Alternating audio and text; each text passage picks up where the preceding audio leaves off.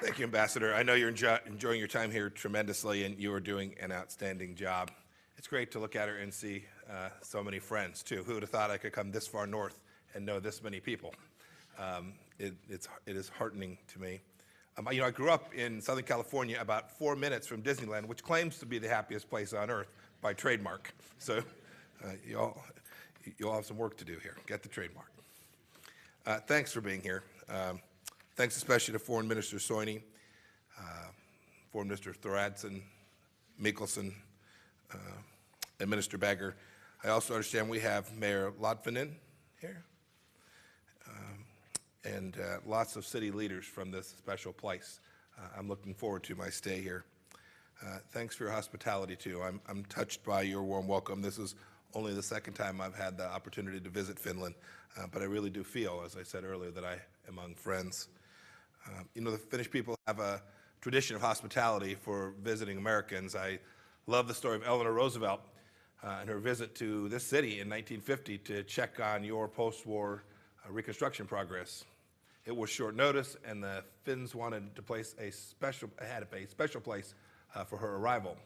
So they had an architect design a cabin overnight and mobilize their best construction crew to build that place. Her plane touched down just as the outer door was being fitted in. The townspeople were ushered in grand welcoming ceremony, and that cabin still stands today. So as you can see, we've been friends for an awfully long time. In Finland and the U.S., you have a pair of nations that are celebrating our 100th year of diplomatic relations. We have a lot to look back on, but also a great deal to look forward to.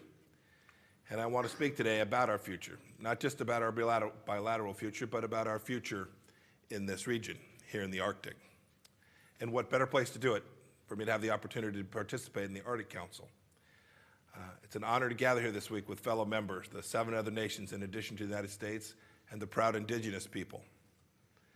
I'm not the first Secretary of State in recent memory to participate in the Arctic Council proceedings, and you can be sure that I will not be the last. I might, however, be the first to give a major address outside of those formal proceedings, and I wanted to do so because the importance of what I came here for transcends any one forum. The world has a long-felt magnetic pull towards the Arctic, but never more so than today. For reasons I'll explain in a moment, the region has become an arena for power and for competition. And the 8 Arctic states must adapt to this new future. In its first 2 decades, the Arctic Council has had the luxury of focusing almost exclusively on scientific collaboration, on cultural matters, on environmental research, all important themes, very important, and we should continue to do those.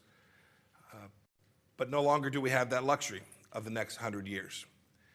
We're entering a new age of strategic engagement in the Arctic, complete with new threats to the Arctic and its real estate, and to all of our interests in that region.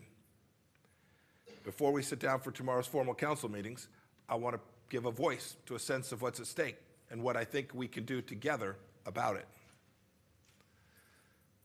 Let's start with the most fundamental principle. The United States is an Arctic nation. But even before the purchase of Alaska, our interests here stretched back centuries. Indigenous peoples have lived in the Arctic for generations, well before there was an America to speak of. In the 1730s, whalers from New England traveled the Davis Strait between Canada and Greenland.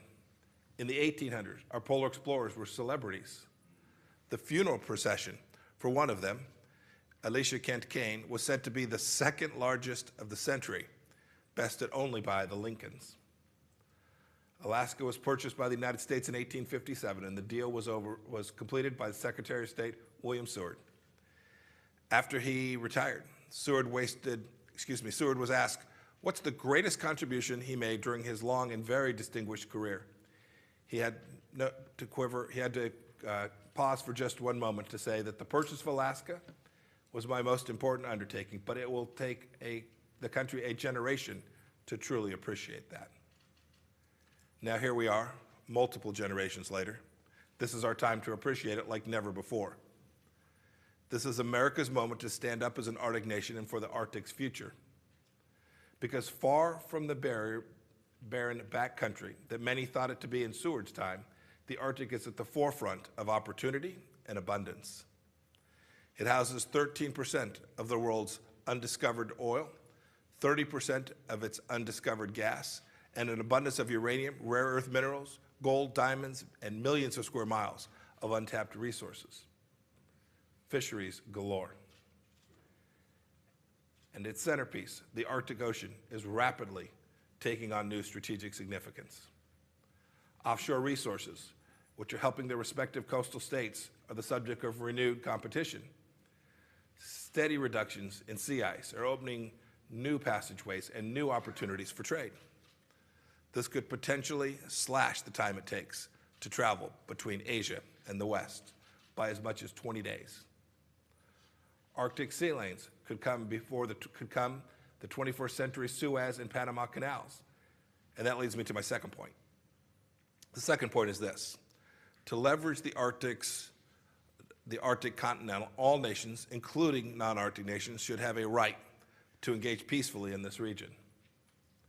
The United States is a believer in free markets. We know from experience that free and fair competition, open by the rule of law, produces the best outcomes. But all the parties in the marketplace have to play by those same rules. Those who violate those rules should lose their rights to participate in that marketplace. Respect and transparency are the price of admission. And let's talk about China for a moment. China has observer status in the Arctic Council, but that status is contingent upon its respect for the sovereign rights of Arctic states. The U.S. wants China to meet that condition and contribute responsibly in the region. But China's words and actions raise doubts about its intentions. Beijing claims to be a near-Arctic state, yet the shortest distance between China and the Arctic is 900 miles. There are only Arctic states and non-Arctic states. No third category exists, and claiming otherwise entitles China to exactly nothing. That's not to say Chinese investment is unwelcome, indeed, quite the opposite. The United States and Arctic nations welcome transparent Chinese investments that reflect economic interest and national security ambitions. Between 2012 and 2017, China invested in the Arctic nearly $90 billion. It's planning to build infrastructure from Canada to the Northwest Territories to Siberia. And just last month, Russia announced plans to connect the Northern Sea route with China's maritime Silk Road, which would develop a new shipping channel from Asia to Northern Europe. Meanwhile, China is already developing shipping lanes in the Arctic Ocean. This is part of a very familiar pattern. Beijing attempts to develop critical infrastructure using Chinese money, Chinese companies, and Chinese workers, in some cases to establish a permanent Chinese security presence. Our Pentagon warned just last week that China could use its civilian research presence in the Arctic to strengthen its military presence, including deployment of submarines to the region as a deterrent against nuclear attack. We need to examine these activities closely, and we keep the experience we have learned of other nations in mind. China's pattern of aggressive behavior elsewhere should inform what we do and how it might treat the Arctic. Let's just ask ourselves, do we want Arctic nations broadly or indigenous communities specifically to go the way of former government in Sri Lanka or Malaysia, ensnared by debt and corruption? Do we want crucial Arctic infrastructure to end up like Chinese constructed roads in Ethiopia, crumbling and dangerous after only a few years? Do we want the Arctic Ocean to transform into a new South China Sea, fraught with militarization and competing territorial claims? Do we want the fragile Arctic environment exposed to the same ecological devastation caused by China's fishing fleet in the seas off its coast, or unregulated industrial activity in its own country? I think the answers are pretty clear. Then there's Russia. As a fellow Arctic Council member, Russia, the other Arctic states have fruitfully cooperated in a number of areas. Expansive conservation efforts. Those are to be applauded. We want cooperation to continue. But we can't have one side cooperate and the other side derogate its duties. We're concerned about Russia's claim over the international waters of the Northern Sea Route, including its newly announced plans to connect it with China's maritime Silk Road. In the Northern Sea Route, Moscow already illegally demands other nations request permission to pass, requires Russian maritime pilots to be aboard foreign ships, and threatens to use military force to sink any that fail to comply with their demands. These provocative actions are part of a pattern of aggressive Russian behavior here in the Arctic. Russia is already leaving snow prints in the form of army boots. Russia formally announced its intent to increase its military presence in the region in 2014, when it reopened a Cold War Arctic military base. Since then, thanks in part to its large icebreaker fleet, Russia has been able to renovate old bases and infrastructure. It claims to have built 475 new military sites, including bases north of the Arctic Circle, as well as 16 new deep-water ports. It secures this presence through sophisticated new air defense systems and anti-ship missiles. No one denies Russia has significant Arctic interests. We recognize that Russia is not the only nation making illegitimate claims. The U.S. has a long contested feud with Canada over sovereign claims through the Northwest Passage. But Russia is unique. Its actions deserve special attention of this Council, in part because of their sheer scale, but also because we know Russian territorial ambitions can turn violent. 13,000 people have been killed due to Russia's ongoing aggressive action in Ukraine. And just because the Arctic is a place of wilderness does not mean it should become a place of lawlessness. It need not be the case. And we stand ready to ensure that it does not become so.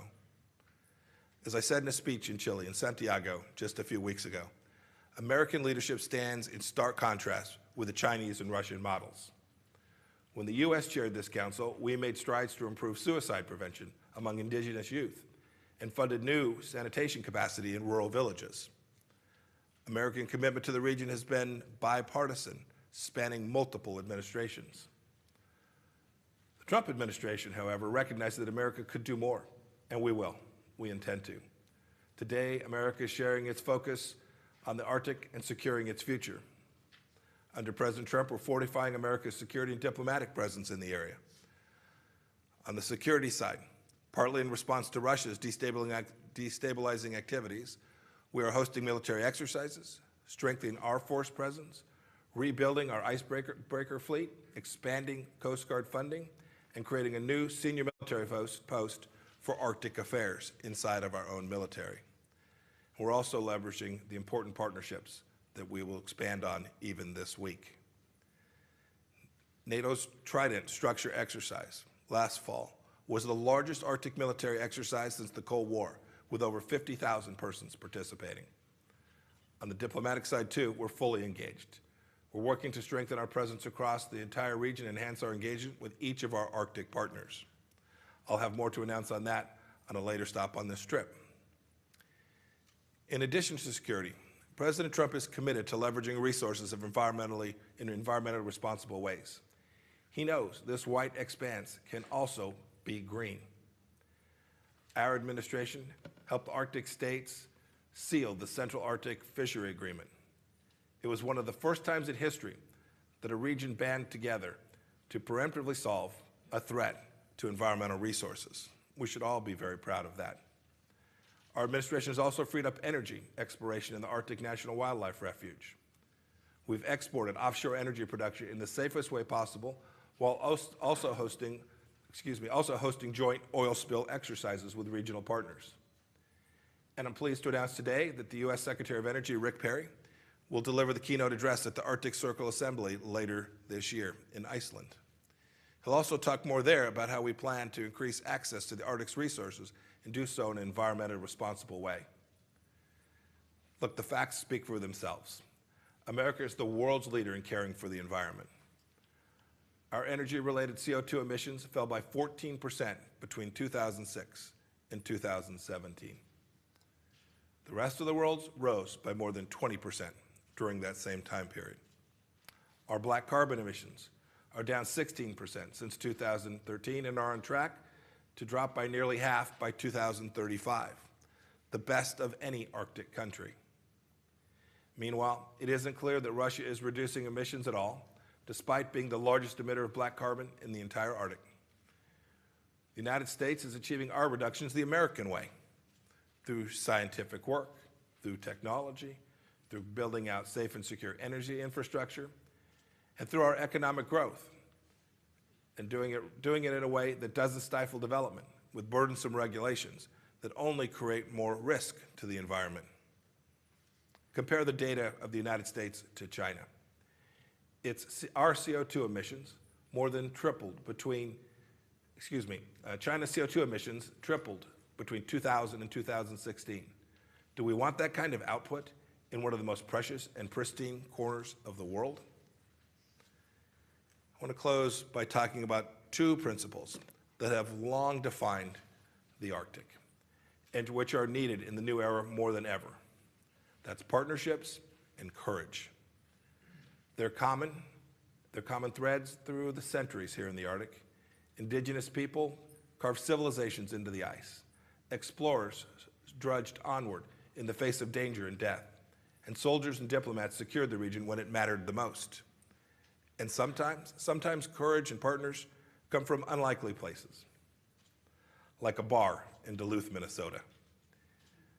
The year was 1955, and still at times there were no human being that was believed to have reached the North Pole by sea or land. Yet in that bar, on the shores of Lake Superior, an insurance salesman and a doctor, both middle-aged dads and living in the suburbs, decided to give it a shot.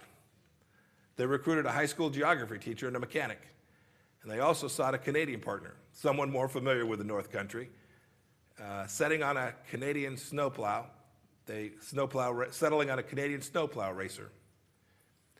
Eventually, the motley crew set out on what became a 43-day, 412-mile trek in temperatures reaching negative 60 degrees, all on the backs of snowmobiles. They easily could have died like so many before them. Instead, in 1968, they became the first human beings ever to reach the North Pole by land, just 15 months before Neil Armstrong made his historic first step on the moon. Courage and partnership. Courage and partnership is what this region depends on, especially today. So, for here at the Arctic Council, we've done our job. There's more to do. We face a new era of challenge in the region. Now is the time for increased vigilance and increased partnership and even more courage. We must hold each other accountable, and we must not allow this forum to fall victim to subversion from Arctic or non-Arctic states. Through courage and partnership, we can succeed. I trust that we will. And our nations and the entire world can look forward to a bright, peaceful, sustainable future for this indispensable region. Thank you all for joining me here today.